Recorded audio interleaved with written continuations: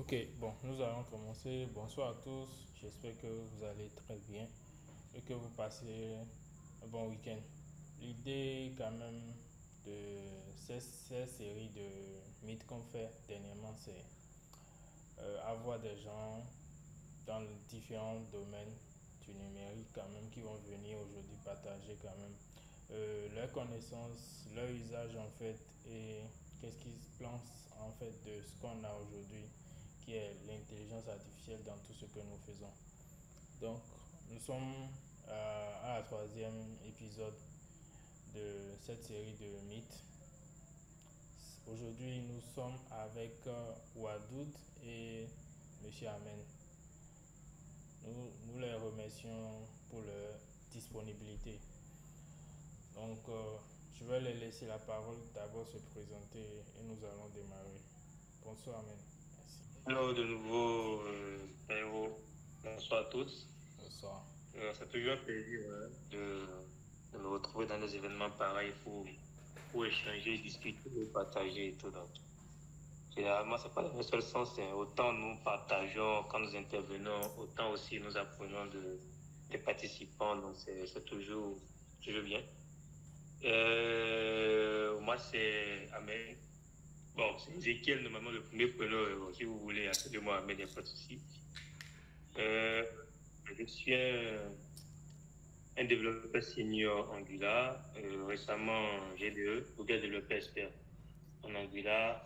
Je pense le premier au Bénin et le seul actuellement. Donc, ça fait plaisir de mettre le pays sur la carte du monde aussi.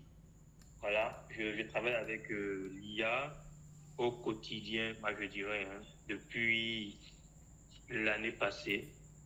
Donc, je le mets dans le process de mon workflow de travail. Et je pense que c'est malhonnête de dire que l'IA ne sert à rien. C'est Oui. très malhonnête et aujourd'hui, on va en discuter de long en large. Voilà. Ok, merci Donc, beaucoup. c'est plutôt ça pour le présenter.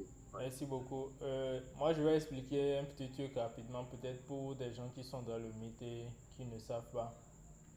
Amen est le seul au Bénin GDE. GDE, c'est Google Developer Expert. Donc, Google décerne ce titre à quelqu'un qui maîtrise avec vraiment la maîtrise un de leurs technologies. Donc, Amen est le GDE qu'on a au Bénin avec Angular. C'est bien ça, non? Oui, oui, c'est ça, c'est ça. Parce Ok, qu'il y a un G2 en fait, mais bon, c'est un Nigérien qui voilà, s'est installé au Bénin. exactement. Donc, c'est pas un francophone de base. Donc, actuellement, je suis le seul. Et je pense en Afrique francophone, euh, je pense hein, être le seul G2 en Angular. Oui, Maintenant, si je prends le Maghreb, il y a deux au Maghreb. ok, Et au total, en Afrique, en Angular, on est six. ok. Donc, on Ça, n'est pas très nombreux. C'est toujours bien de mettre en tout cas son pays sur la carte de Google. oui, Pour ceux qui veulent en savoir plus, si vous tapez Google Developer Expert et vous mettez Directories, vous allez voir la carte sur le site même de Google. Google pour les développeurs, hein, la partie du site. Et en filtrant par le pays, vous allez retrouver les experts par pays. Quoi. ok, merci beaucoup. Bonsoir, Wadou. Bonsoir à toutes et à tous, j'espère que vous allez bien. Je suis Abdel Wadoud, je suis développeur front-end et blockchain. Euh, Au niveau du front, je fais tout ce qui est JavaScript, Angular, Vue.js et récemment React. J'ai intégré l'utilisation de l'IA depuis son avènement hein, avec ChatGPT au niveau de la première version. Et j'ai nécessité d'apprendre, de perfectionner l'utilisation de l'IA, d'utiliser les nouvelles technologies, les nouveaux outils IA pour les intégrer dans mon processus de développement créatif, etc. Donc ce soir, nous allons discuter ensemble de comment l'intelligence artificielle peut booster la productivité d'un développeur et comment l'intégrer dans son workflow, etc. Donc, je suis ravi d'être avec vous et j'espère que nous allons passer un super moment. Thank you. Ok, merci beaucoup. Je vous remercie une fois pour votre disponibilité. Donc ce soir, nous allons discuter, ça va être vraiment une discussion ouverte. Ceux qui sont dans le call également, si vous voulez prendre la parole, vous pouvez juste lever la main. Si c'est des questions, vous pouvez aussi les laisser dans le chat. Donc pour notre première question, moi je vais demander à Monsieur Amen.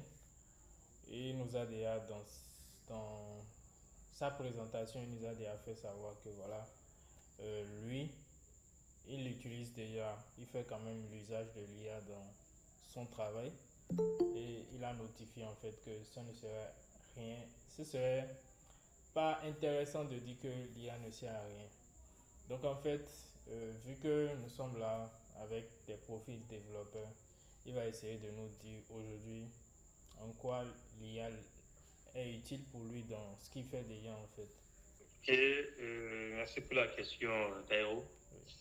Donc, déjà, moi, je suis dans un contexte européen actuellement et je travaille pour une grosse entreprise qui fait dans l'énergie. Donc, c'est la Société nationale de gaz de France où j'interviens actuellement en tant que consultant. Et déjà, quand tu vois une boîte comme ça, c'est quand même les données utilisateurs je dirais, de presque toute la population Française. la France sont des données très, très sensibles. Mais pourtant, ils ont accepté, d'accord, mettre l'IA au sein de la boîte, de la DSI, pour pouvoir aider les développeurs à vraiment être davantage plus productifs.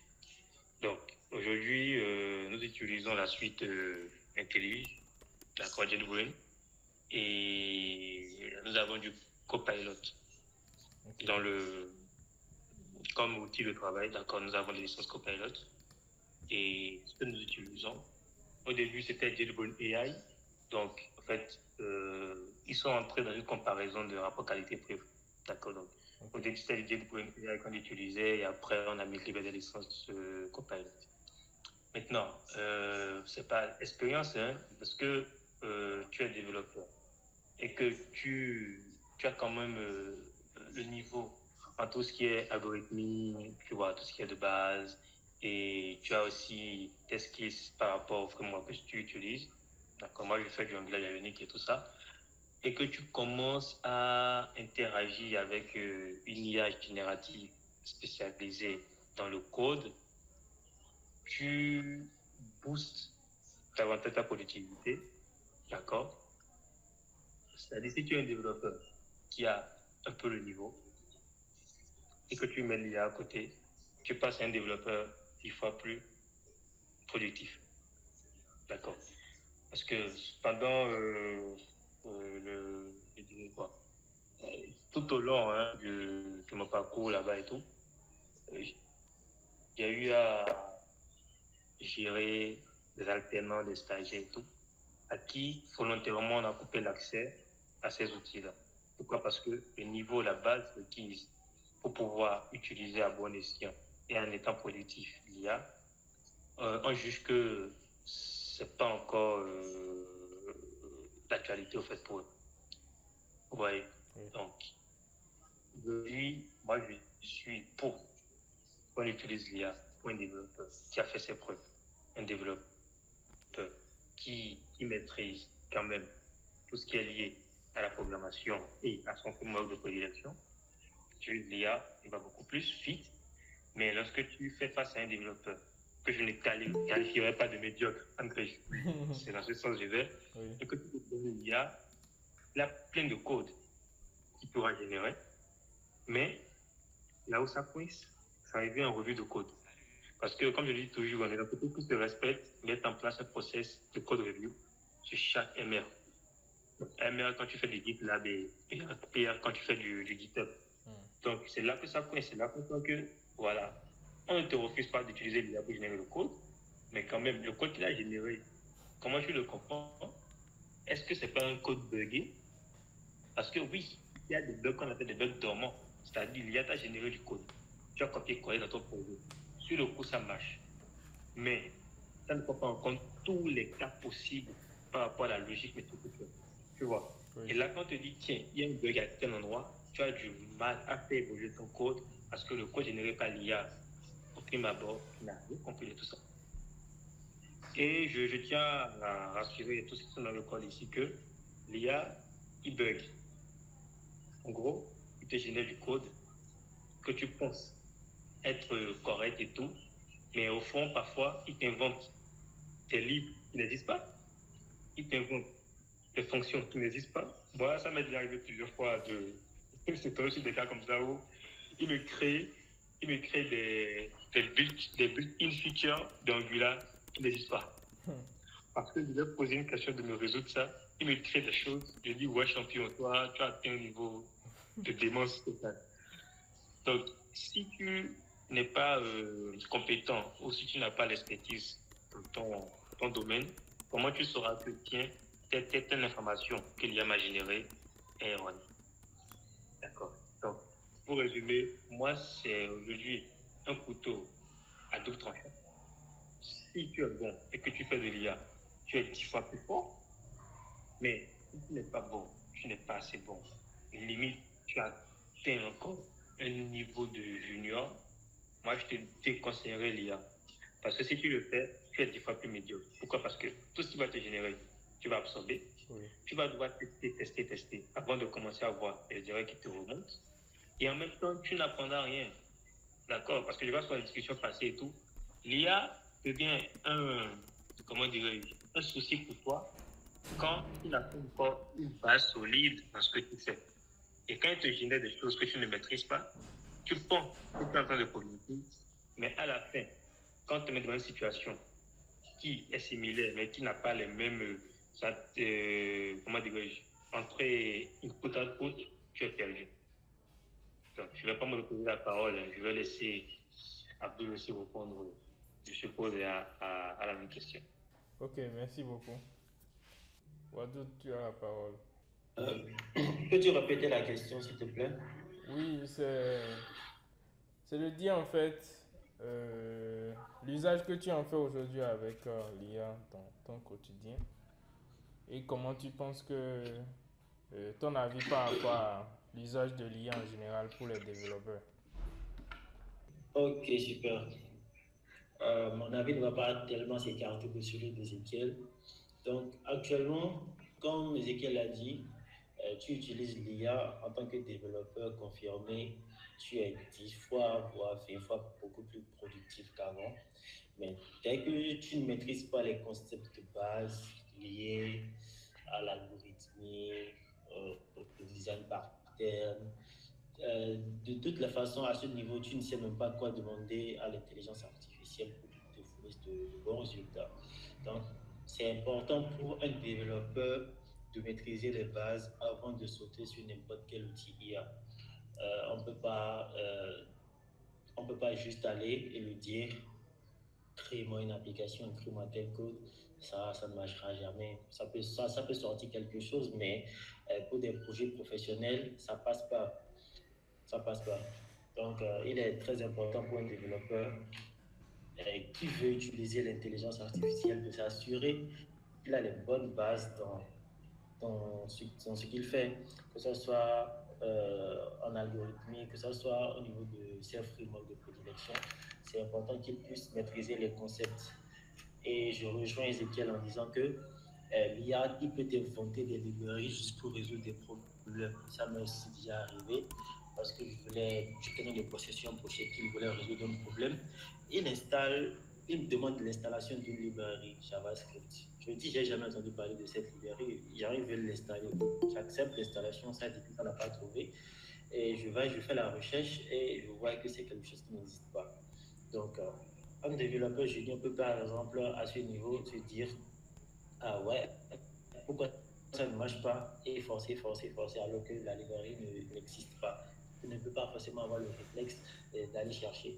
Donc, c'est un peu ce genre de choses qu'il faut, sur lesquelles il faut se mettre à jour. Donc, il y a plusieurs exemples. Un autre exemple, c'est lorsque tu es en train de bosser sur des trucs avec l'IA, l'IA ne va pas forcément te donner des réflexes. Et tu pourras beau avoir générer du code, mais il y a certains réflexes que si tu n'es pas senior, mais si tu n'es pas expérimenté, tu ne peux pas avoir. Un exemple, la dernière fois, il y avait un junior qui était en train de bosser sur un système de notification, je vais dire comme ça. Et puis, il a généré le code avec l'IA, ça marche au niveau d'Android.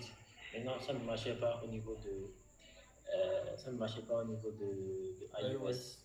Et il a forcé pour que ça marche, mais l'émulateur, en fait, iOS n'acceptait pas directement les notifications. Donc, si c'était un développeur senior, il allait directement savoir que c'est possible que son code marche, mais il devait tester son code sur un téléphone iOS direct. Donc, très important pour un développeur d'être confirmé. Je ne dirais pas forcément senior, mais d'être confirmé, avoir les bases, faire des recherches en parallèle. Ce n'est pas parce que l'IA existe qu'on ne va pas forcément apprendre. Il faut toujours lire, prendre la peine d'aller lire les technos, voir les nouveautés, etc. Pour que lors de la génération de code, on puisse l'orienter. Lors du promptage, juste être vague avec des expressions comme écris-moi un code pour que ça fasse ça, ça ne donne pas de résultats concrets. Il faudrait prompter, lui donner directement des thèmes techniques pour qu'il puisse restreindre en fait sa zone, genre ça puisse restreindre les données dans lesquelles il ira puiser pour pouvoir générer des codes. Parce que si on reste beaucoup plus vague, il a une large palette de données dans lesquelles il peut aller chercher pour pouvoir écrire du code. Et là, le code qu'il va générer ne sera pas forcément bien. Donc voilà ce que je peux dire par rapport à ça. Ok, merci beaucoup Wadoud. Merci à vous pour vos différentes interventions. Ça m'amène à un cas très simple que j'ai remarqué. C'est aujourd'hui pour ceux qui font du React Native, quand on démarre un projet Expo avec React Native directement, il y a Expo Router qui est là pour gérer tout ce qui est route. Par défaut, déjà installé le package est là et tout. Maintenant, ce qui se passe, c'est que il y a un gars, c'était sa première fois, il faisait du mobile, même en web, et il a vraiment commencé à coder il n'y a pas longtemps. Donc, il démarre le projet avec Expo. Il ne sait pas pourquoi Expo existe. Qu'est-ce qu'il y avait avec React Native pour gérer les routes avant et maintenant c'est Expo et tout. Donc, tous ces travaux-là, il ne connaît pas. Maintenant, il démarre en fait son projet, il veut mettre les routes. Bah, directement, il demande à l'IA. Donc, sans contexte clair, en fait, l'IA lui installe euh, React Navigation. Donc, ça, c'est encore un package qui vient s'ajouter sur un package qui va faire la même chose, en fait. Donc, l'IA l'installe ça très bien, l'installation marche et il lui donne les configurations. Maintenant, il y a eu conflit de package, en fait, parce que tu fais les configs pour les routes alors qu'il y a un autre qui est là et tout. Donc, il a vraiment perdu toute sa semaine sur ça. Quand moi je l'ai vu à l'école, il me disait qui n'arrive pas à faire telle chose. J'étais choqué, je lui ai dit, mais tu es sur Expo Router, normalement les routes c'est très facile. Il m'a dit oui, qu'il ne se comprend pas. Et c'est quand je suis rentré dans son code, j'ai vu que il a importé des trucs de React Navigation. J'ai dit, mais non, tu n'as pas besoin de ce package là. Donc, comme vous l'avez dit, en fait, il faudrait quand même que la personne ait des notions de base qui lui permettent en fait de se remettre en question pour dire est-ce que ce que l'IA me donne en fait comme output, c'est vraiment correct, c'est vraiment logique, est-ce que je peux pousser ça, est-ce que je peux garder ça et faire une pull request ou bien une merge request avec ça. Parce que après, quelqu'un doit juger ton code de l'autre côté. Et tu vas pas juste aller te justifier pour dire que c'est l'IA qui m'a généré ça. Euh, la deuxième question pour Amen, je pense que tu as une équipe ou bien des équipes que tu gères à ton niveau. Aujourd'hui, avec peut-être il y a des gens avec qui tu as déjà travaillé, tu travailles depuis, je sais pas, un peu longtemps et tout. Tu connais plus ou moins le niveau de tes collaborateurs.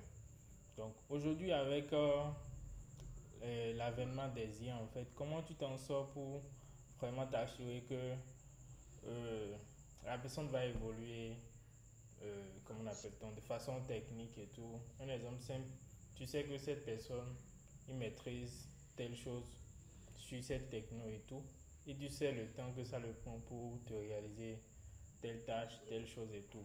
Aujourd'hui, avec l'IA, ça veut dire que bah, tu ne sais pas derrière en fait, est-ce que c'est vraiment sa compréhension de la chose qui lui permet d'aller plus vite ou bien c'est l'usage de l'IA pour maintenant toi de savoir si tu dois prendre plus de temps à lire son travail avant de passer ça en production. Comment tu gères cela avec ton équipe? Ok, c'est une belle question, hein, Théo. Il y a Digital Business peut-être qui a levé la main. Je sais pas, tu prends les questions au fil de l'eau ou à la fin? Oui. Parce que j'ai vu ça me lever, est-ce que Ah c'était ouais, une erreur ou pas? ok. Bon, si c'est... Bon, peut-être que c'était une erreur. Si c'est une question, la personne peut laisser la question, Écrit dans le chat. oui, dans le chat. Super. Donc, je reviens pas à ta question. Comment juger, si j'ai bien compris, hein, Oui, la compétence ou l'évolution technique des collaborateurs ou collègues avec qui j'interagis? oui, Moi, je pense que c'est très simple. Déjà, les applications sur lesquelles moi je bosse sont généralement orientées métier. ok. Donc, pour moi, une bonne compréhension déjà de la fonctionnalité de la feature du métier garantit à 80% un bon développement du sujet. D'accord, mis à part déjà l'IA, mais c'est à l'écouter d'abord. Oui, Donc, si quelqu'un décide d'attaquer ce sujet-là, cette fonctionnalité et de traiter, c'est clair que c'est une compréhension. Maintenant, dans cette compréhension, dans cette exécution de tâches, il va forcément faire face à un défi technique. Et ce défi technique-là, c'est là que tout son génie, maintenant, doit se faire valoir. Et s'il utilise l'IA, c'est très simple. Comme je l'ai dit en avant, il faut instaurer, c'est indiscutable pour moi, des code review. Peu importe le niveau de seniorité. C'est parce que tu es senior que toi, tu vas bypasser ce process-là. Les équipes dans lesquelles moi j'ai évolué, euh, je ne suis pas toujours lead, d'accord, dans la team, c'est normal et tout. Et même le lead, lorsqu'il finit d'écrire son code, il te soumet à toi, le développeur senior ou en tout cas quelqu'un dans l'équipe, pour faire une revue de code. D'accord. Donc, cette revue de code permet en réalité de jauger ta compréhension, d'accord, et de voir aussi ton niveau technique par rapport à la tâche. Comment toi tu as appréhendé la chose. Donc, même si tu as utilisé l'IA dans ton projet, dans ce que tu as fait, tu dois défendre ce code parce que ce n'est pas à l'IA de défendre le code. bien sûr. Donc, ça sécurise vraiment derrière le fait que voilà, tiens, voici tes faiblesses et voici tes forces. D'accord. C'est qu'aujourd'hui, beaucoup d'équipes dans la réalité de notre pays, hein, franchement, les équipes de notre pays, je ne sais pas s'ils mettent en place cette condition de code revue obligatoire. C'est tellement strict que même quand tu cherches juste la typo dans un test, il faut que ça soit validé par deux personnes. Oui, Donc, généralement, on met une restriction sur la MR ou le request pour dire il faut deux validations. D'accord. Un collègue et le lead. Pas parce qu'on doute de tes compétences. Hein. Non, c'est pas un problème je sais pas trop, de rabaisser quelqu'un ou bien de vouloir nuire. Non. C'est juste pour garantir la qualité du code qui sera fourni à la fin en prod. Tu vois un peu. Donc, oui, c'est la meilleure façon. C'est ce que moi j'applique à chaque fois.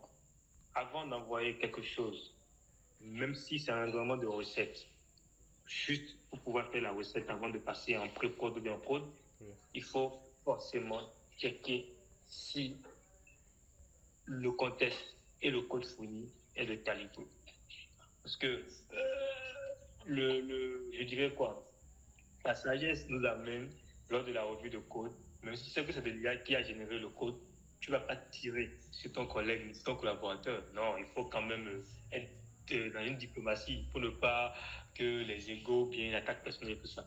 Toi, tu sais que c'est l'IA qui a généré ton code, mais tu veux voir qu'il n'y a pas de souci. Est-ce qu'il a compris ce que ça a généré? d'accord, jusqu'où je peux le pousser pour voir un peu si vraiment le code qu'il a fourni, il est garant, il peut se porter garant de ça. Parce que demain, le plus dur, c'est l'évolution. Tu vois. C'est le projet où c'est amené à évoluer. Donc, si chaque ligne de code qu'on écrit, on n'est plus capable de construire et de déconstruire, mais c'est ça un projet, de construire, de déconstruire, de refactoriser tout ça, on pour la tête. Donc, pour moi, c'est indéniable. Code review, ça règle, je dirais, 99% de ces problèmes. Voilà. Donc, Merci. c'est ce que j'ai à dire. Ok, merci beaucoup. Je pense que euh, moi, au début, quand j'ai commencé à voir un leader qui, avant même l'IA en fait, où à chaque pull request, il y a des commentaires qui viennent. Alors que moi, je sais que bon, mon code marche. Pourquoi tu me dis de changer et de l'écrire de cette façon en fait? Au début, bon, je ne comprenais pas pourquoi, mais je m'appliquais et je faisais ce qu'il demandait. C'est après, en fait, je me suis rendu compte de l'importance du code review, l'importance de faire de la bonne façon, même si tu as fait et ça marche. Maintenant, on te demande de le corriger de la bonne façon. Même si ça marche déjà, corrige pour la bonne façon. Donc, beaucoup de développeurs tombent souvent, quand même, on a souvent des leads comme ça où au début, on pense que voilà, la personne veut te montrer qu'il est fort. Non, c'est pas ça. C'est vraiment pour que on soit sûr que demain, si quelque chose doit changer ou bien quelque chose doit s'ajouter en fait, on puisse savoir vraiment par où prendre la chose et évoluer tout simplement. Juste à toi par une question. Wadoud, je pense que tu seras mieux positionné pour la question. Il dit, je bosse sur des applications web avec Bolt et Lovable. Je précise que je ne suis pas dev. J'aimerais savoir comment créer des tableaux de bord administrateur étant donné que Supabase ne permet pas cela. Wadou, tu pourras nous aider à répondre à sa question. Donc, tu me permets, avant que Wazou nous réponde là, c'est Oui. pas rapport à ce que tu as dit. Oui. Je veux juste raconter une petite anecdote là. D'accord. Je travaille sur un nouveau projet, c'est une refonte complète. C'est chaud, c'est chaud. On a codé. Le projet a évolué. On était très en retard. Donc, du coup, moi, je prends. Les gens commencent à prendre des congés dans la team, quoi. Tu vois, les gens sont partis en congé et tout. Et après, moi, je suis parti en congé. Et c'est mon retour de mes congés. Et les composants sur lesquels moi, j'ai travaillé là. Oui. Quand je suis revenu de congé là, j'ai vu, c'est-à-dire un autre code source carrément. De tels composants là. C'est-à-dire le code que moi j'ai écrit là. Oui. Quand je suis revenu, j'ai ouvert, j'ai fait un git pull. Oui. J'ai vu carrément le code source. Voilà, je fais comment? Je me fâche, je pleure, je cale la neige, je saute. Je fais comment? Non, non. Parce que le but c'est quoi? Le but c'est de faire évoluer le projet. C'est donc, ça. moi j'ai écrit du code par rapport à ma compréhension du métier. Oui. En temps, on est dans une méthodologie agile. Tu sais, les product owners, les besoins qu'ils recueillent là, le client final, lui, c'est jamais ce qu'il veut attendre. C'est ça. Donc, du coup, les trucs ont évolué. Les trucs qui étaient évolués, ce que moi j'ai eu à faire, de répondre plus aux besoins à 100%. Qu'est-ce qu'il faut faire? Est-ce qu'il faut m'attendre que je revienne d'un congé de 1 mois pour pouvoir remettre au travail? Ben non! Non. Non! Les devs qui sont là de faire le boulot. Ouais. Et pareil aussi, j'ai un lead qui est parti au congé et tout. Je me retrouvais seul sur un périmètre front. Souvent, c'est 3, 4, 5 applications en parallèle.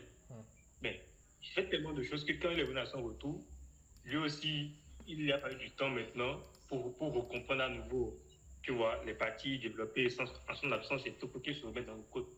C'est pour dire que le problème de Go, là, il faut oublier ça. Ouais. Ton code, c'est pas ta vie. Ton code, c'est pas toi.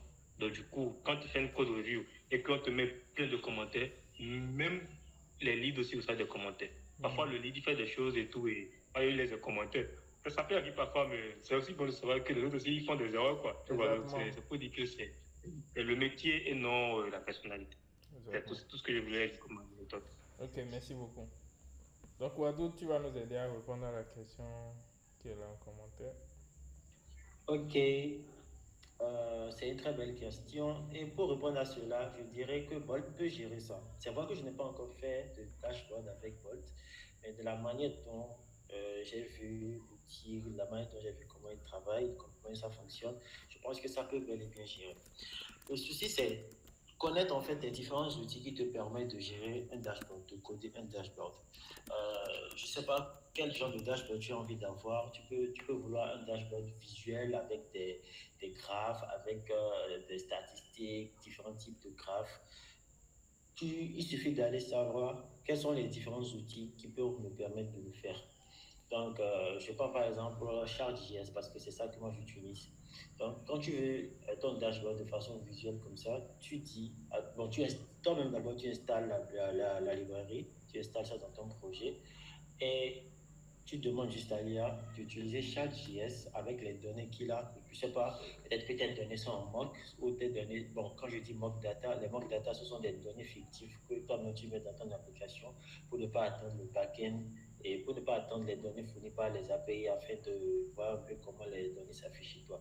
Donc, tu peux avoir des données, des mock data chez toi en local dans ton projet front en JSON et tu dis à ton IA d'utiliser les données les mock data là avec Chart.js pour te générer un dashboard. Tu peux aller beaucoup plus loin en le spécifiant qu'est-ce que tu veux dans ton dashboard. Tu veux des statistiques, tu veux des graphes, tu me précises quel type de graphe. Au niveau de ton graphe, tu veux afficher des éléments par année, par mois, tu peux lui demander, tu peux tout préciser. Tant qu'il a maintenant le contexte, la librairie qu'il a utilisée et les données à utiliser pour fournir le dashboard, il va le faire très bien. Je l'ai déjà fait plusieurs fois et ça marche impeccable. Donc, si tu n'arrives pas à le faire avec Bolt, je te conseille par exemple d'exploiter le projet, de l'ouvrir avec un éditeur de code, que ce soit dans lequel il y a de l'IA bien évidemment, qu'on soit Windsurf ou directement VS Code. Et si tu es familier avec Copilot, tu ouvres les deux et tu ouvres le projet là-bas et tu fais ça là-bas si tu n'as pas envie de le faire directement au niveau de Bolt. Donc voilà ce que je peux dire à la question. Je ne sais pas si j'ai répondu à cela. Ok, merci Wado. D'abord, la personne a dit qu'il n'est pas dev. Donc, principalement quand même pour faire du dashboard, il y a beaucoup d'éléments qui vont rentrer en compte, des thèmes techniques qu'il faut soumettre à l'IA pour que en fait, pourquoi ne pas chercher à comprendre le problème que lui donner des solutions orientées. Ouais, en fait, il veut générer à partir d'un prompt un dashboard avec ses outils IA. Donc, bon, on peut lui donner la parole, hein, il peut ouvrir son micro et parler. D'après oui, Taïro. Oui, D'après ce que moi j'ai compris, déjà, c'est un profil qui n'est pas dev. Donc, exactement, il veut une solution low-code pour aller très vite. c'est ça. Si j'ai bien compris, dans la question qu'il a écrite, c'est comment créer des tableaux de bord administrateur, étant donné que Supabase ne permet pas cela. Donc, ça veut dire qu'il a déjà une connaissance de Supabase, c'est ce que c'est, Oui, n'est-ce pas? oui. Ok, idée startup, est-ce que tu peux prendre la parole et expliquer convenablement ce que tu veux? Ça va beaucoup aider. Bonsoir à tous. En fait, Bonsoir. l'idée, j'ai créé des applications. Maintenant, j'aimerais avoir des tableaux de bord sur lesquels je peux suivre, par exemple, les utilisateurs qui se sont inscrits sur les plateformes et de pouvoir activer ou désactiver un utilisateur et tout. Mais le problème que je rencontre souvent quand je le crée, il y a d'abord au niveau de l'authentification. Je ne sais pas comment, même si je donne des instructions à Bolt ou Lovable, ça me épuise les tokens. Je n'ai pas accès au tableau de bord administrateur. Et même s'il arrive que j'ai un accès souvent, il y a des problèmes me dit problèmes de sécurité. Voilà, donc c'est vraiment ça le souci. Moi, j'ai une première question pour toi. Avec quoi Ok. tu as créé tes applications? Ces applications web ou mobile? Un premier C'est une application web. Ok. Et tu interagis avec quoi pour gérer tout ce qui est dynamisme dans ton application? Oh, bon, je ne Oui. connais pas trop les termes techniques. En tout cas, l'application a été générée sur Bolt et déployée sur Netlify. Ok. D'accord? L'application est dynamique ou statique? Est-ce que les données sont dynamiques et Oui, c'est dynamique parce que c'est en quelque sorte un SaaS. Les utilisateurs s'inscrivent et ils enregistrent, par exemple, c'est une plateforme de gestion financière. Je peux vous envoyer le lien pour voir. Actuellement, il y a aussi le problème des API pour le paiement. Par exemple, maintenant, la personne peut s'inscrire, activer le premium. Après avoir activé le premium, j'utilise l'API de Money Fusion. Le problème, c'est au niveau de la vérification de l'état de l'utilisateur. Au lieu que ça devienne premium, l'utilisateur est toujours en mode gratuit. Ça lui demande de se réabonner. Juste à on ira pas à pas, d'accord, et être très efficace. D'un premier, que tu stockes ta donnée. Sur Superbase. Ok, très bien. Donc, tu as Superbase dans ton projet. Oui. Et maintenant, tu demandes à Bolt de te générer un dashboard, d'accord, à partir de ça. C'est bien ça? Oui. Ok. Et quand il essaye, tu trouves que ça ne répond pas à ton besoin? Ça ne répond pas à mon besoin. Soit ça bloque les inscriptions des nouveaux utilisateurs. Ça me dit que l'utilisateur ne peut pas être enregistré dans la base de données. Ou tout simplement, j'ai... Okay. En tout cas, c'est ça l'idée. D'accord. Moi, j'ai beaucoup utilisé Bolt ces derniers temps en mode premium. D'accord? Okay. Et je te garantis, ou bien, comment dire, je te fais cette confidence que malgré ce qu'ils vendent de Bolt et tout ça, si j'avais pas un background de dev, je n'allais pas pouvoir aller jusqu'au bout de l'application. Justement. Moi, j'ai voulu essayer de reproduire carrément l'application Doctolib, application de prise de rendez-vous médicaux qu'il y a ici en France et tout. Et il a fallu mon background de développeur pour continuer. Il a commencé des choses, j'ai dû finaliser ça moi-même en local après récupérer le projet, au fait. Tu vois. Donc, comme l'a suggéré John, je sais que c'est un surnom de la personne qui écrit là. Il faut que tu aies un profil de dev à côté. Parce que, et c'est ça que c'est une réalité. En fait, tu as un cas d'école typique que les gens ne comprennent pas. Debian ne peut pas remplacer un développeur. J'ai même écrit à Teirou sur sa page Facebook, je l'ai demandé de me laisser son contact. Je ne sais pas s'il a vu le message, c'était un commentaire. C'est un cas typique. Tu as développé un produit, mais maintenant pour pouvoir passer à un autre niveau de ton produit, Bolt et le Bolt ne pourront pas t'aider. Et moi j'ai testé tellement ces outils-là de bout en bout que Bolt, aujourd'hui, moi je dis Bolt, il est meilleur que les autres. Et ça, j'attends que quelqu'un me montre le contraire. Parce que Bolt, il est trop fort. Désolé, c'est un repos V0 et mais Bolt, si vous l'utilisez, franchement, pour une application de bout en bout, non, il est trop fort. Il est trop fort. Donc, du coup, si Bolt aujourd'hui n'a pas pu aider notre confrère et tout, c'est qu'il te faut un développeur à côté qui va mieux comprendre ton besoin et t'aider. Et lui, avec de l'IA, il ne va pas se baser que sur la génération de code au fait. Il va modifier le code. Parce que il se base sur le contexte aussi. Hein. Tu sais, Bolt, non? Il se base sur le contexte. Donc, du coup, peut-être en modifiant le code par un développeur qui comprend tout ce qui est technicité dans ton projet, que Bolt maintenant va mieux comprendre le besoin. Parce que moi aussi, il a fallu que je le guide en modifiant le code au fur et à mesure. Et quand il essaie de refaire les prompts, il se base sur l'antécédent. Ce qui est bon dans ces IA génératives-là, il se base toujours sur ton code pour pouvoir un autre code, au fait. Tu vois. Donc, moi, je te conseillerais tout ça. L'idée que j'avais eue, c'était de lancer un nouveau projet et de demander d'abord à Bolt de me fournir la structure des tables sur un langage naturel. Si c'est fait, je crée un nouveau projet. Je lui dis de me créer un tableau de bord qui va récupérer les données de ces tables-là et je lui donne les clés de ma base de données Superbase.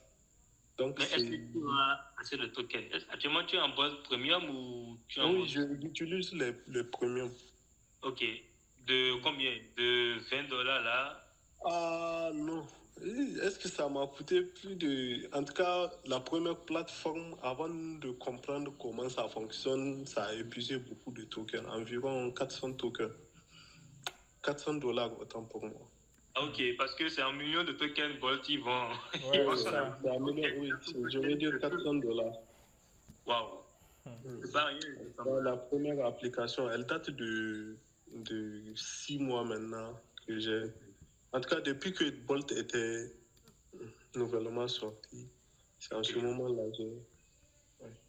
Je vois. Mais là, j'ai vraiment besoin d'un développeur avec qui on peut travailler sur des projets. Ok. Il y a une deuxième- Tu as aussi d'autres profils dans le call. C'est aussi ça, aussi les meet-ups. Hein. Ça crée des connexions, ça crée du réseautage en quelque sorte. Voilà pourquoi moi, j'accepte toujours participer au meet-up le temps parce que au-delà du partage qu'on fait, ça ouvre d'autres horizons. Quoi. Donc, je pense que tu es au bon endroit et certainement, ils vont t'aider à améliorer le projet. Mais bravo déjà pour l'effort que tu as fourni.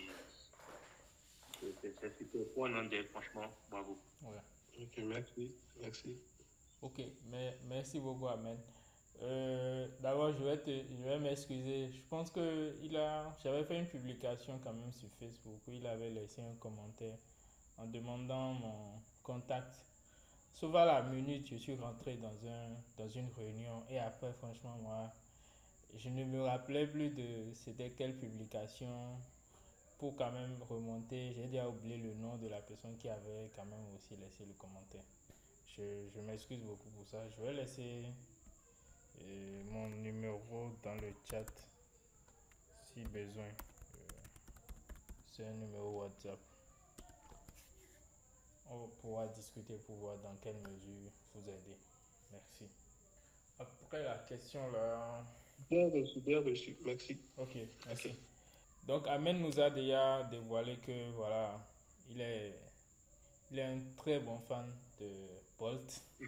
De Bolt. Je n'ai pas dit ça, mais j'ai dit qu'il est efficace. Voilà, en tout cas, tu as dit qu'il est très efficace.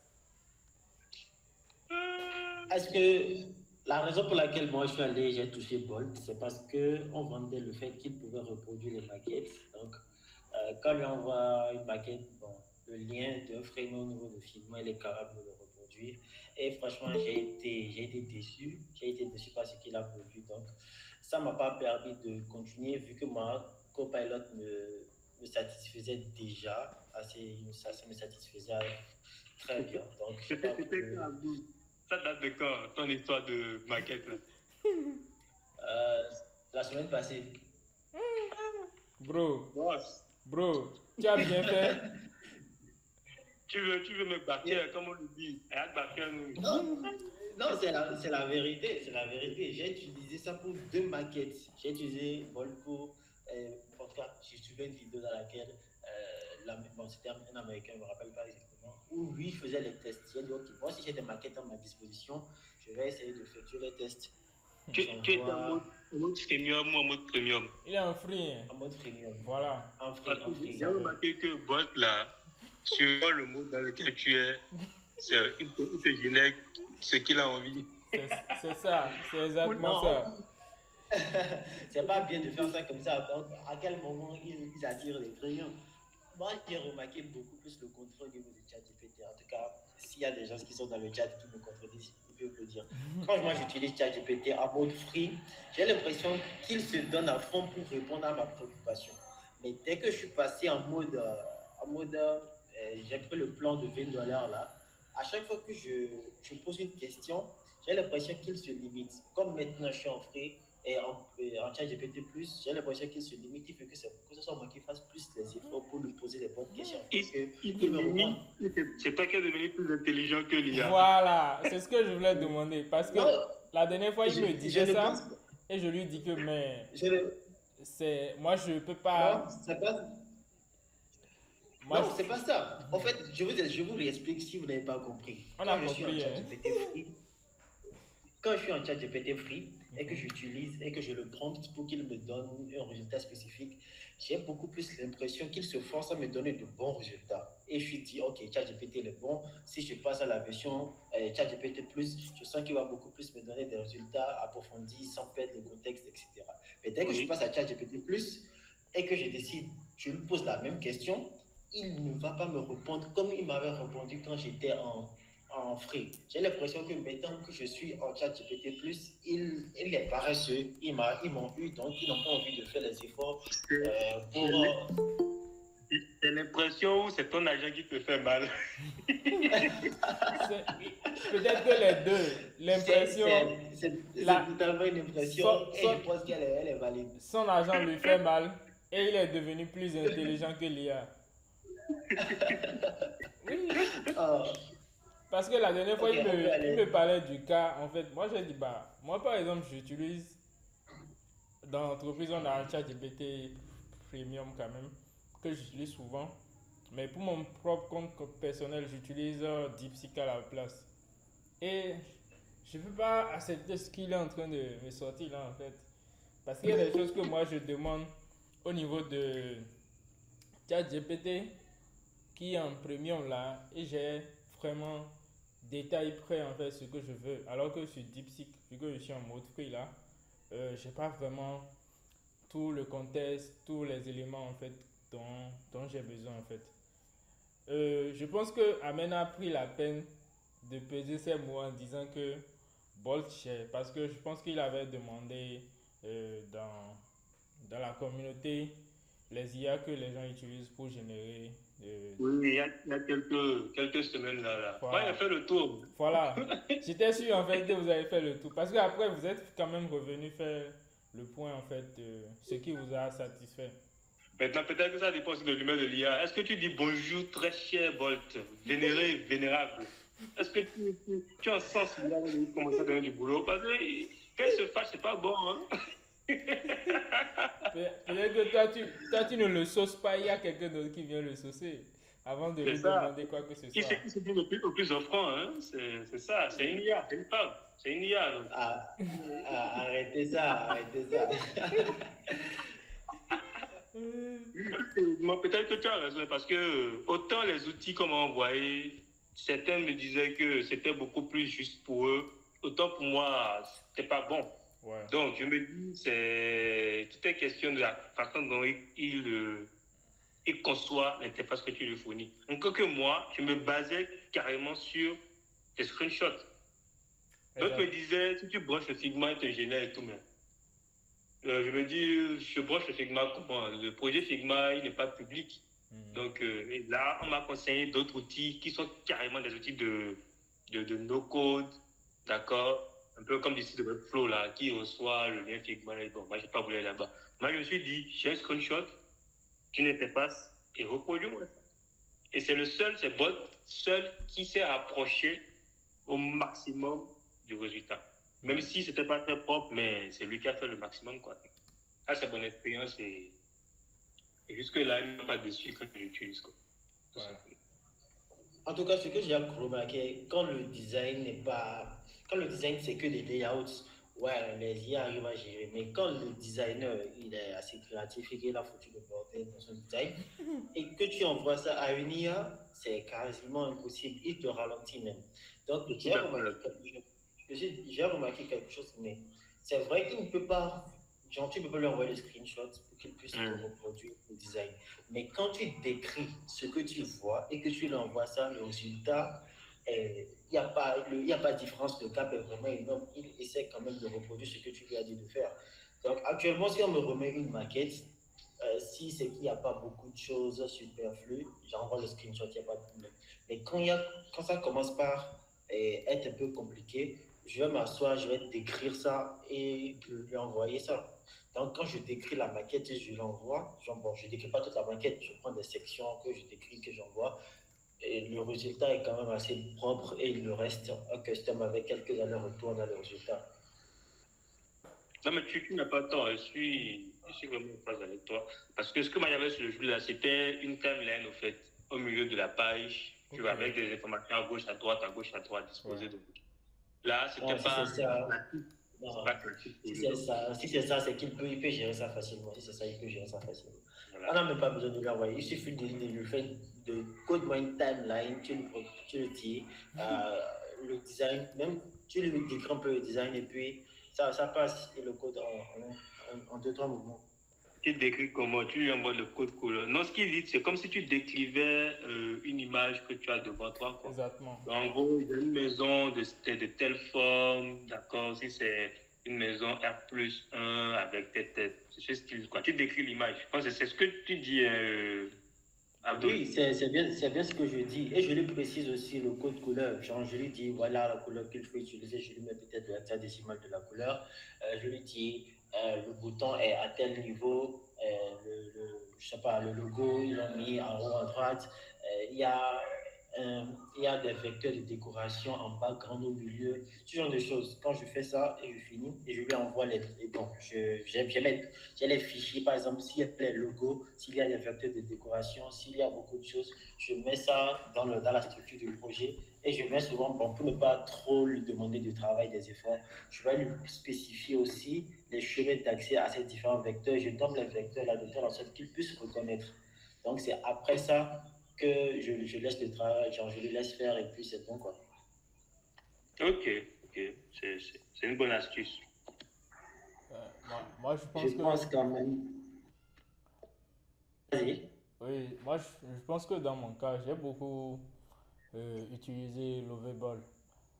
Et si je suis resté chez eux, bon, j'étais pas allé quand même sur tous les IA là pour tester. Je pense que sûrement je suis tombé quand même sur peut-être une vidéo qui parlait de Lovable.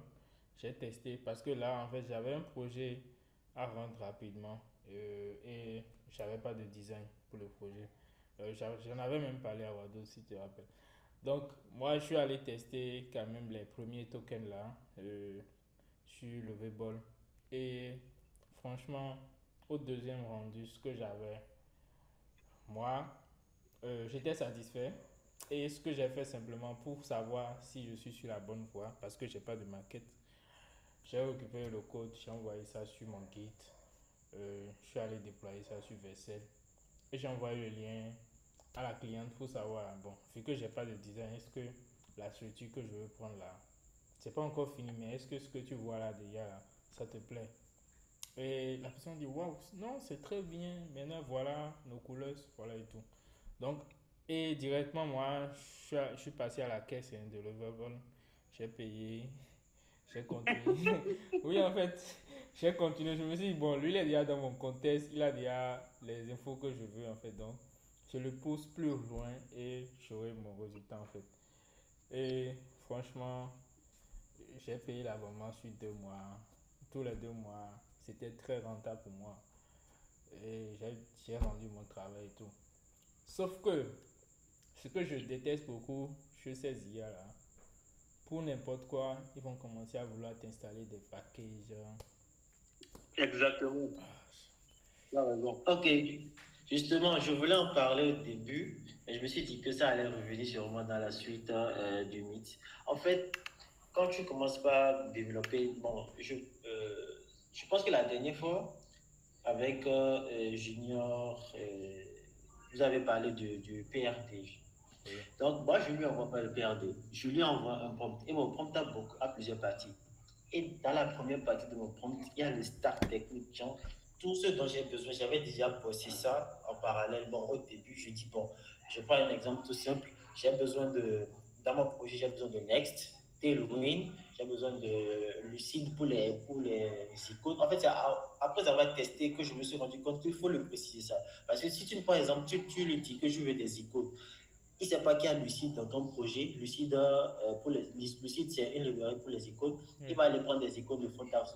Il va aller prendre des icônes de flat icônes, alors que tu as déjà des bibliothèques d'icônes dans ton projet. Donc, il faut spécifier pour dire j'ai la liste de tout le mon stack technique là. Et sans ça, genre, tu ne sors pas de là, tu utilises ce que je t'ai fourni pour pouvoir travailler.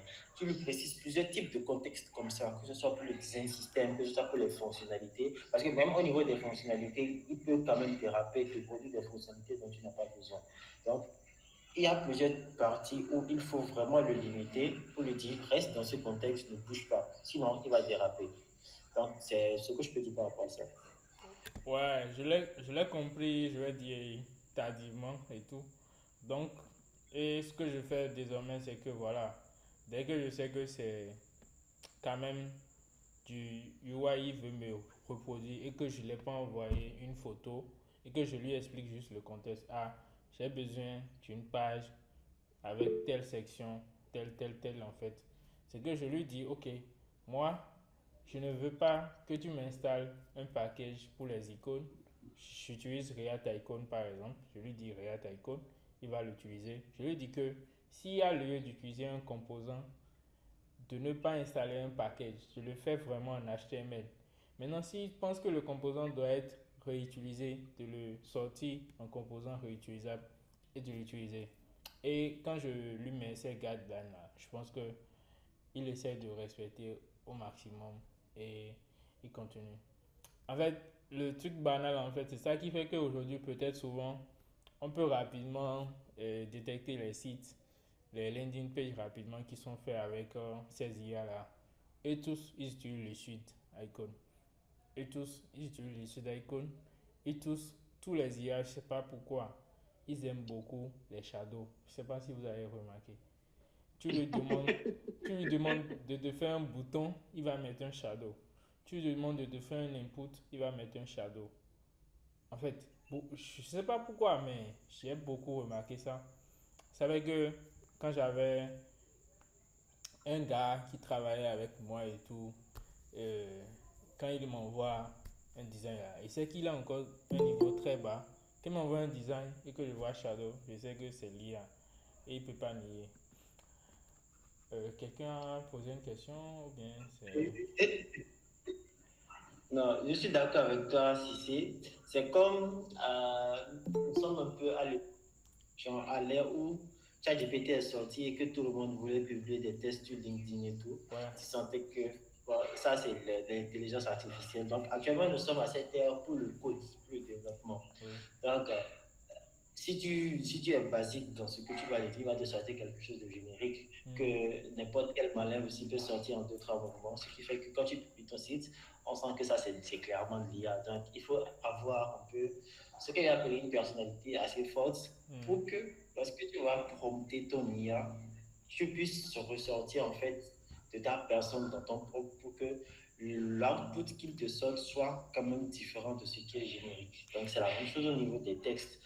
Même quand tu vas générer un texte, je pense qu'aujourd'hui, presque tout le monde essaie d'écrire du texte avec l'intelligence artificielle et Mhm. de le publier sur le réseau.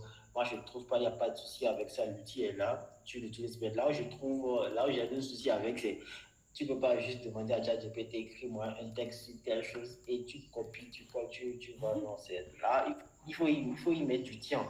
Il faut revoir les phrases et il faut peut-être entraîner ChatGPT à connaître la manière dont tu parles. Donc, tu peux, par exemple, écrire avec ChatGPT de temps en temps pour qu'il puisse reconnaître un peu ta plume. Et lorsque tu veux publier sur des sujets sérieux, que tu peux utiliser mon ton. Des fois, il utilise, en tout cas, ce que je fais, quand il utilise mon ton, je me rends compte que c'est moi qui écris et je peux, pour finir, voir, changer des verbes, changer des phrases.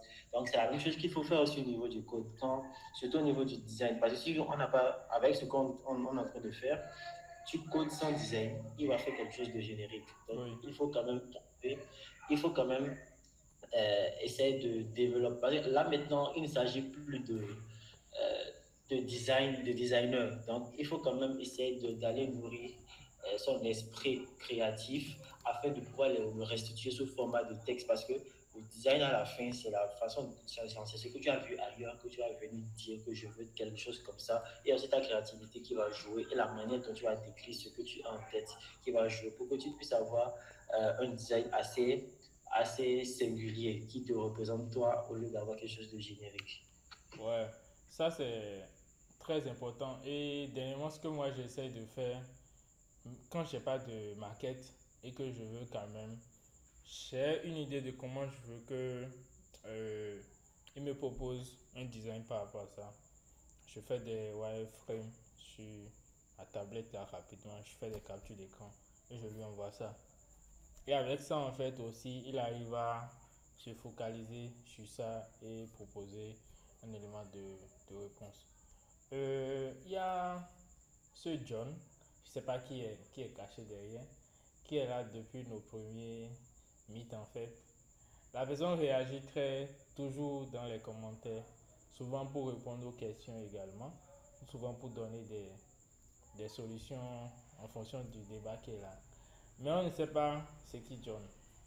Si John peut nous dire un mot. Pas un mot dans le chat, un mot avec son micro bien sûr. Si c'est pas ça une autre question, on a affaire à un hacker. Un hacker. Ah. J'espère qu'il ne va pas nous hacker dans le mythe. Non, t'inquiète pas. Ah, Il y a aussi G Startup qui a levé la main. Si John Doe ne veut pas parler maintenant. Ok. Bon, peut-être que l'autre mail, là, il n'avait pas enlevé. Voilà. Moi, je voulais savoir, quelqu'un a déjà essayé d'écrire des tests unitaires avec de l'IA? Oui, bien sûr. Non, Principalement, pour ma part, quelle IA tu as utilisé? JetBrains, AI Pro, non, Ultimate et Copilot de GitHub aussi. Ok. En termes de résultats? Bon, les deux s'équivalent. Hein. Ok. Les deux s'équivalent du coup. Donc. Et ce que moi j'aime bien, c'est que ces deux outils-là se basent vraiment sur le contexte de ton projet et en fait, ça c'est sur l'ensemble du code que tu as écrit par rapport à ce que tu veux tester. Okay. Et ça, c'est agréable, quoi. C'est-à-dire, tu ne te génères pas du code de test unitaire sans prendre en compte le contexte que tu as, quoi. Ils ont été vraiment précis sur ce code. Ok. Wadoud, et toi alors? bon, je le fais pour les composants React, mais je ne me fie pas trop à ça parce que je me dis que c'est l'intelligence artificielle qui a écrit le code, c'est déjà fait des reviews, mais comme Ezekiel vient de le dire, il se base sur le contexte du projet pour pouvoir écrire les tests unitaires. Donc, je n'ai jamais écrit les tests unitaires avec l'IA pour que ça ne passe pas. C'est toujours passé. Je ne sais pas si tu vois ce que je veux dire. Donc, pour moi, c'est un peu biaisé. Et il faut aussi dire que je ne suis pas très rigoureux sur ça par rapport aux tests unitaires. Donc, je n'en ai pas abusé, je ne l'ai pas fait pendant longtemps. Je l'ai juste fait pour tester dans le cadre d'un projet en commun avec un ami. Je voulais tester la qualité du code. Donc, j'ai écrit les tests unitaires avec Copilot et c'est passé. Donc, j'ai fait ça sur deux projets et j'ai vu que c'est passé à chaque fois. Donc, je me suis dit, il se base sur le contexte. C'est lui qui a écrit le code. Qu'est-ce que je veux de plus en fait? En fait, il y a ce qu'il faut comprendre, hein, si tu veux que tes tests échouent, tu n'écris pas les tests pour que les tests échouent, hein, à moins qu'au niveau de la session, tu as un problème. Mais si tu as la philosophie de TDD, c'est que tu lui dis d'écrire un test pour un code qui n'existe pas, ton test va échouer. Hein. Exactement. Bien sûr, bien sûr. Donc, le problème, c'est est-ce qu'il a vraiment fait tous les cas de tests possibles et pertinents, tu vois, par rapport au code source ou au contexte que tu lui as donné. C'est ça la vraie problématique. Donc, les tests qu'il va te générer sont toujours passés parce que c'est dans la session. Mais là où le génie de l'homme va intervenir, c'est est-ce que tous les cas possibles ont été pris en compte? Tu vois un peu. Parce que le but, c'est quoi? Le but, c'est de pouvoir faire évoluer ton code sans toucher au test pour voir si ton code est robuste. Exactement. Parce que si à chaque fois que tu rajoutes des trucs dans ton code source, tu dois revoir les tests que tu avais écrits au départ. C'est comme si en réalité, tu écris en fait, les tests qu'il faut pour que ton code marche. Et c'est là la problématique. Tu vois, donc c'est exactement ça. Le code pourra détecter à la moindre bavure ou bien au moins souci, au moins petit bug que tu avoir que tes tests disent non, c'est pas possible, je ne passe pas, tu dois revoir ce que tu as fait. Et c'est là que le génie de l'homme va intervenir. Ouais, c'est assez pertinent ce que tu dis. Ok, merci. Oui, il y a G-Startup qui a toujours la main levée. Oui, vous pouvez prendre la parole. Bonsoir. Maintenant, j'aimerais poser une autre question. Oui. Supposons que j'aimerais créer une application web que je veux revendre par la suite à plusieurs personnes. Étant donné que pour la plupart, Lovable et Bolt proposent comme base de données Supabase et que moi, j'aimerais avoir un truc sur Hostinger, donc avec MySQL. Comment est-ce que je peux... Bon, disons, est-ce que si je télécharge, par exemple, le code source, je l'ouvre sur VS Code, est-ce que je peux installer, par exemple, la Ravel pour que je puisse héberger le site sur Hostinger et revendre le même site à d'autres personnes? Supposons que ça soit une application pour la gestion des stations.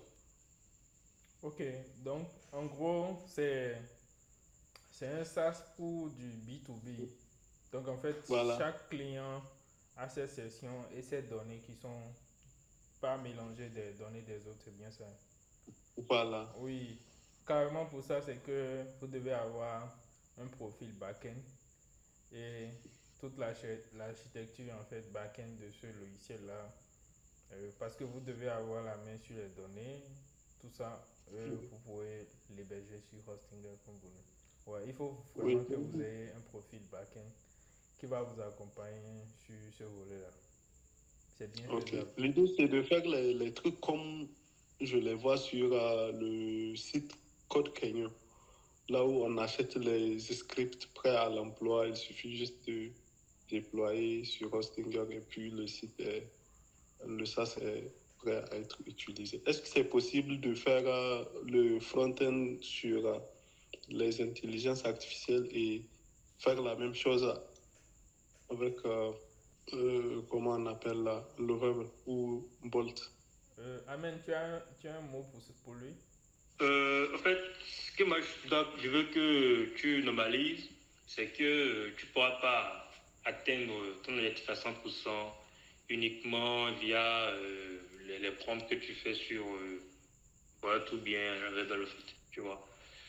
Arrivé à un niveau, tu vas devoir mettre ta main à la pâte et tu vas devoir travailler par toi-même, en fait, tu vois.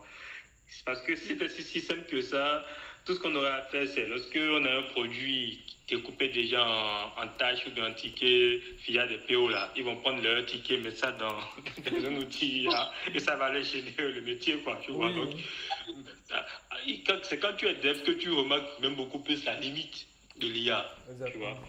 Et par rapport à ça, il y a un talk de DevOps cette année-ci en France ici où le mec a dit l'IA n'est pas aussi intelligente que ce que vous pensez. C'est un gars qui a bossé sur Siri dès ses débuts là, de Apple et tout. Et il expliquait qu'en réalité, l'IA n'est pas intelligente, quoi. Ça a choqué les gens, mais qu'elle a démontré, chapeau, quoi. La vidéo est disponible sur YouTube, vous allez regarder. Donc, c'est pour te dire, j'ai start-up, arrivé à un niveau, il faut serrer la ceinture et trouver un dev d'accord à tel côté qui va te guider. Et peut-être ça va mieux aussi t'aiguiser sur les limites de l'IA. Parce que là, franchement, moi, j'aime bien ta situation. C'est un cas classique, un cas typique d'école qui va démontrer que l'IA ne peut pas donner un résultat à 100%. Ouais. Tu es allé très vite avec, je dirais, même au-delà d'un MVP, je dirais un minimum lovable product.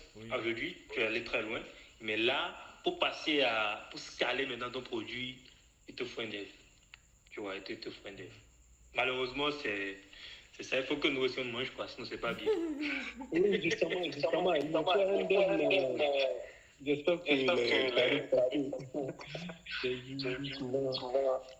si tu as donné $400 à l'IA, là, comment tu donneras un nom? Si tu as pu investir $400 à l'IA, là, comment tu donneras un nom? Ça, c'était le premier projet. Oui. Je ne savais pas comment fonctionner, mais actuellement, j'ai pu ça avec ça. Ok. Alors, moi, je te dirais, fais un call avec Tayo ou avec Abdul, tu vois, fais un call avec un Mitch par rapport à ce sujet-là et tu sauras ce qu'il te faut faire. Et ils vont te donner une roadmap ou bien une directive à suivre et tu pourras juger par rapport à tes finances. Si tu peux, quoi, tout simplement. Ça fait plaisir hein, que on ait ce monsieur dans le col qui, on a tous entendu son besoin et quand même là où il est bloqué par rapport à ça. Donc c'est vraiment ce qui se passe. Et comme quelqu'un l'a dit dans les commentaires, les réalités de la prod c'est compliqué. L'IA va vous lâcher. en vrai, l'IA va vous lâcher en production et bah, vous serez découragé, vous allez descendre en fait. Quand même, moi j'ai plus de questions pour la science. Ça a été très interactif. Je pense que la dernière fois on est allé beaucoup, on a ouvert du code, on est allé tester pas mal d'outils. Aujourd'hui c'était vraiment un débat ouvert où il fallait discuter librement. Je sais pas si des gens dans l'école ont des questions. Sinon bon, nous allons essayer de conclure tout simplement. Ok, bon. S'il n'y a pas de questions, placement de produit. Ok. Ok. D'abord, avant de placer ton produit, moi je tenais à remercier encore une fois Amen.